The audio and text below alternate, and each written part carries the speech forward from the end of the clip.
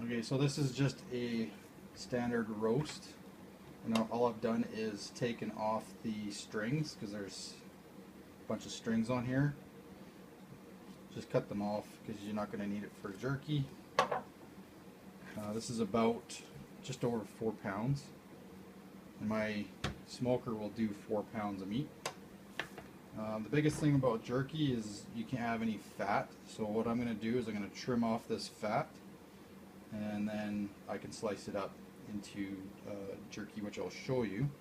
So I'm just going to quickly take off some of this fat. Just follow the seam all the way down. It doesn't have to be perfect, but you just want to get as much fat off as you can.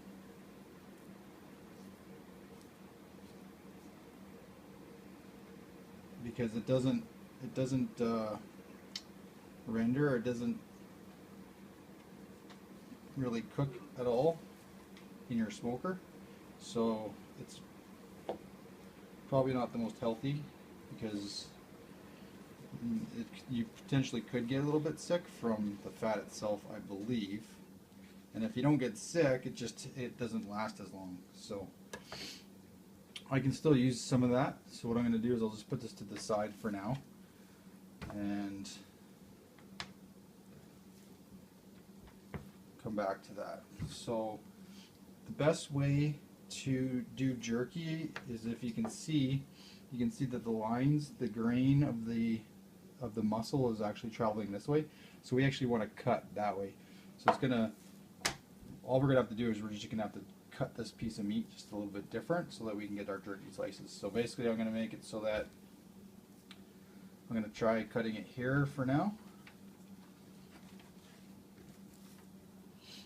and then we can figure out which way the grain is going. It doesn't really matter, like it's not like the end of the world if we cut it the wrong way. It's still gonna taste good. So what I do is I just take it, and then I'll show you a close-up here. And then just cut right down. So the grain is going that way, which is actually fine. The jerky will turn out not too bad. So there's a little bit of fat in this one. I'm going to clean up the fat of that one piece, but then after that it should be good. So I'll put that to the side for now. And then if I like the way that the jerky is going to turn out, the way that it's cutting, then I'll just keep on cutting. And it's all just by eyeball. My pieces are, roughly that thick. And then I'll just set it down.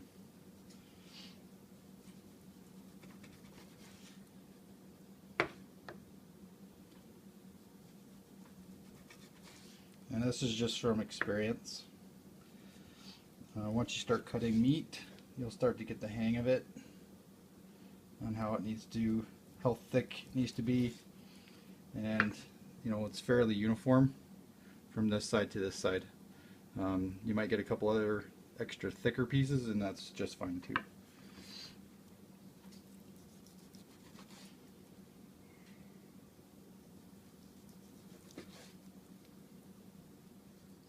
Okay, so I've cleaned up this piece, and then what you can do is, because the grain you can see is going this way, all I'm going to do is I'm going to cut strips, and then it'll look just like that. That'll be your jerky pieces.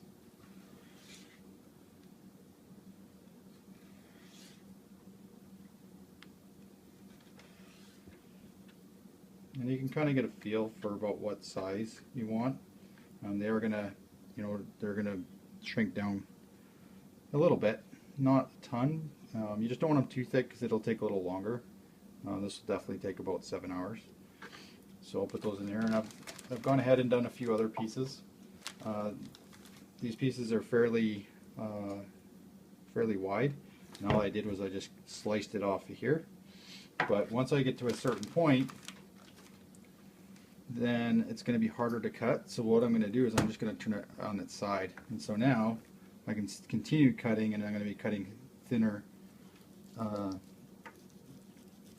not so much thinner slices. It's about the same thickness, but it's definitely not as wide. And even if you wanted, you can even go like this and make strips. So if you didn't want the big wide pieces, you can still do your jerky like that. It's just all customizable. So I'm just going to go ahead and continue on with this piece of meat.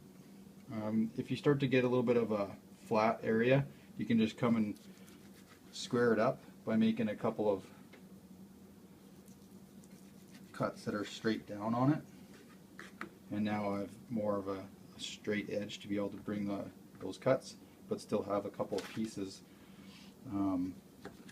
that's usable for jerky pieces.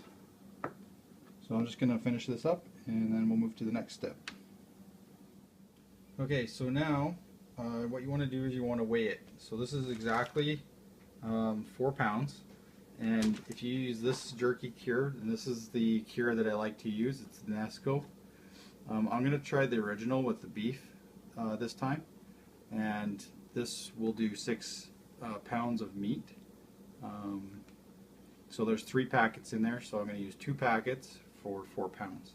And then I put it in here, and it's a quarter cup of water per pound. So I've got 1 cup, and then what I'm going to do, and you do want to make sure that you follow the instructions, because it's going to be either too spicy or not spicy enough. So you just take out your packages, and it's going to be kind of hard in there, so you want to kind of like loosen it up a bit, because it's been sitting and whatnot. I just like kind of loosen it up. This is your cure, and you don't need to loosen it up. It's just basically like, it's almost like a salt. I can't remember the exact term that it is off the top of my head. So loosen it up so that when you put it into your water, it's easier, there's less lumps, because you definitely don't want it too lumpy, because it does make a lesser quality jerky. And then just open them up, and then just dump it in. Doesn't matter if you do one or the other first.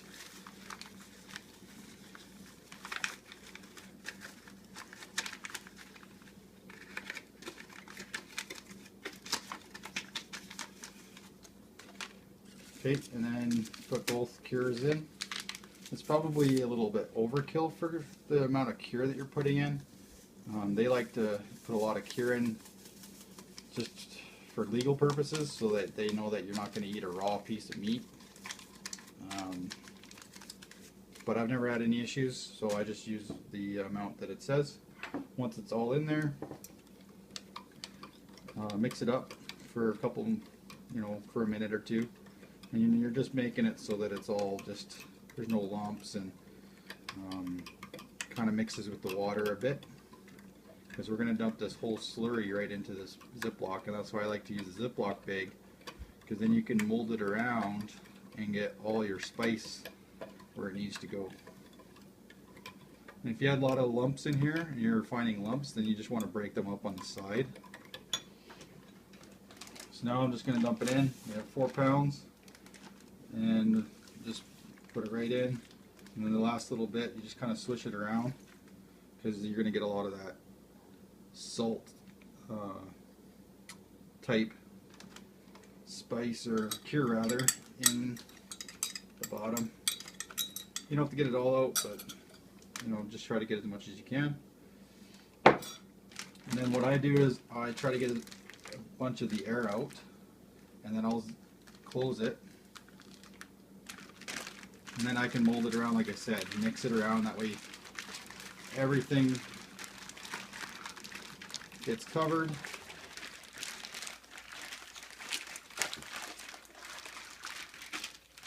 I got a little bit of a leak here, so recheck my seal.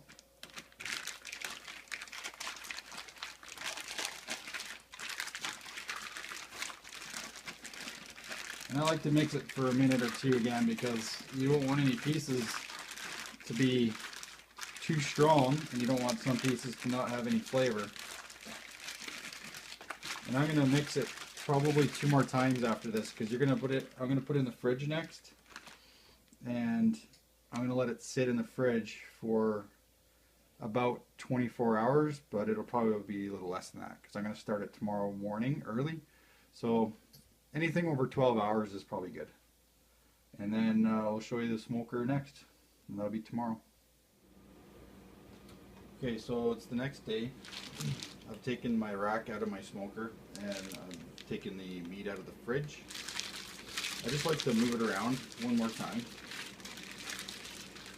and it'll soak up more of that flavor that's left. If you're using wild game, there's going to be a little bit of blood at the bottom. That's fine, you can still mix it up. It's just that your hands are going to be a little bit more wet when you're putting your meat on, because this is beef. And it'll be beef jerky. It tends to be a little drier because they hang it for so long. So all I do is I've got clean hands, and then just set it out and just try to space it out as much as you can. You might have to come back and readjust it depending on how much room you have. Once you get to the very last rack, and I'll just set these out.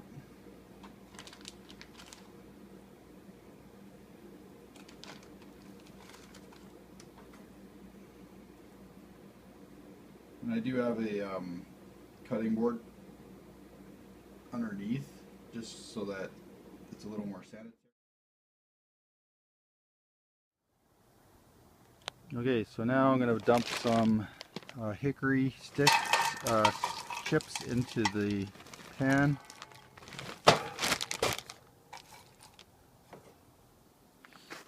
And then here's my smoker. It's a Big Chief. I'm going to put this inside here, like so.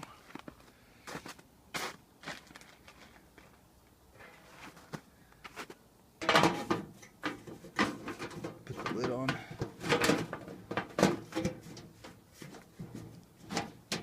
Now, if it was summertime, I would probably just leave it the way it is, but because it's not, I'm going to put a metal tin around it just to keep the warmth in. So I'll show you that. Okay, so I just wrapped it in tin, and I put a board on top to keep the warmth in, just a little bit more than normal because there is snow on the ground today. If the wind comes up, it'll help it. I actually might turn that tin so it's the other way, but that's all I do, just to keep that warmth in. I've taken it off now. I checked it probably maybe 3 to 5 times during the course of it in the smoker, and I'm just looking for this type of, dryness. You want it kind of dry cooked. You don't want it too undercooked and too overcooked where it's like cardboard, and you don't want it so it's, there's still a lot of moisture. This is a pretty good doneness.